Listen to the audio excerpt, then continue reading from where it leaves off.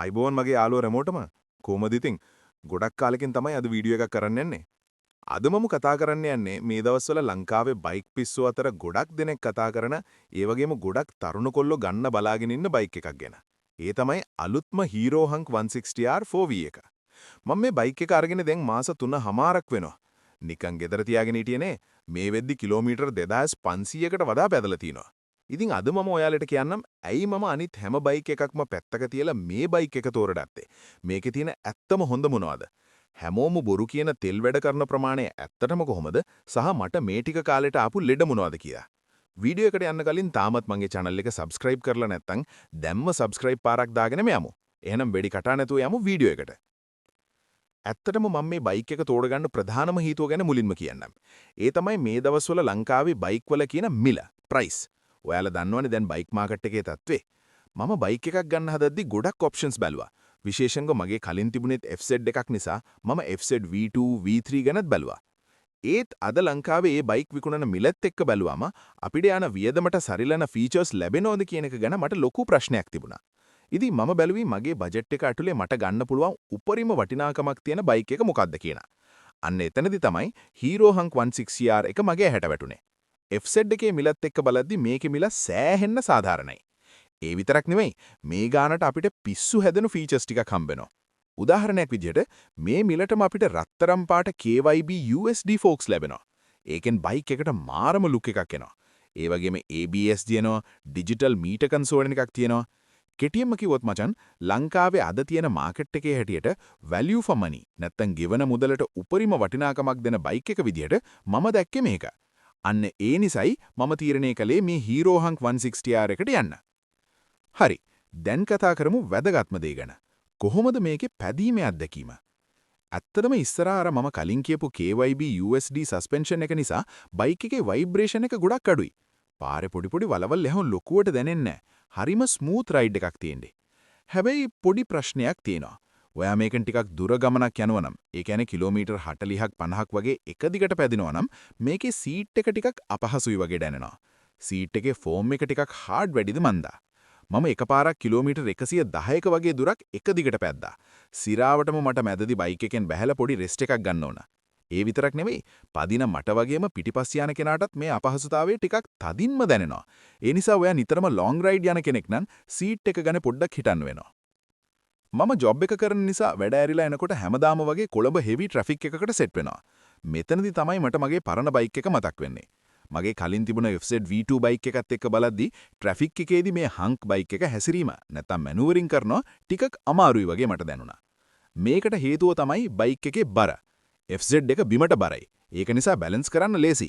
ඒත් මේකේ විශේෂයෙන්ම පිටිපස්සේ කෙනෙක් දාගෙන ට්‍රැෆික් එකේ වාහන අස්සෙන් වෙට්ටු දාලා යන්න මේක FZ එක තරම්ම ලේසි නෑ.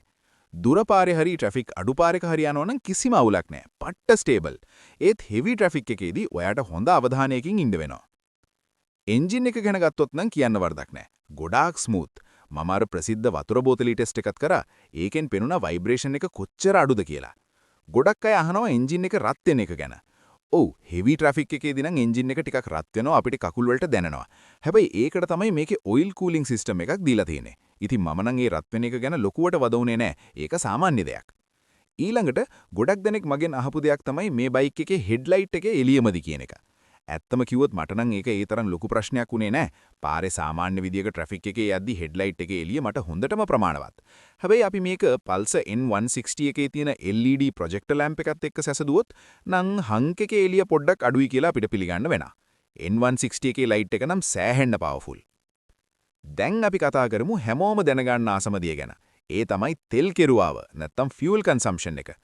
ගොඩක් Facebook groups වල YouTube videos වල ඔයාලා දැකලා ඇති සමහරු කියනවා මේ බයික් එකේ ලීටරයකට කිලෝමීටර් 50-60ක් වැඩ කරනවා කියලා.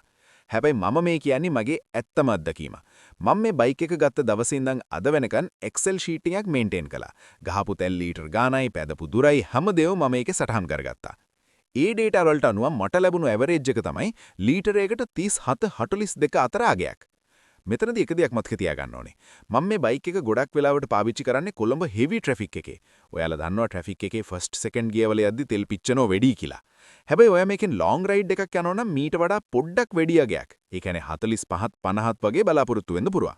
ඒ වගේම නෝමල් ගමේ වගේ ට්‍රැෆික් නැති තැන්වල පැදිනවා නම් ෂුවර් එකටම තෙල් වැඩ කරයි. ඒ වුණාට මම නම් හිතන්නේ මේකේ කොච්චර පරිස්සමට පැද්දත් 45ත් 50ත් පන්නල තෙල් වැඩ කරයි කියා. ඉතින් මේක තමයි මේ බයික් එකේ ඇත්තම තෙල් කරන ප්‍රමාණය. බොරු වලට රැවටෙන්න එපා. හරි. හොඳ විතරක් නෙවෙයිනේ නරකත් කියන්න එපයි. දැන් කියන්නම් මේ මාස 3ට මම මුහුණ දුන්න ලොකුම ප්‍රශ්න දෙක.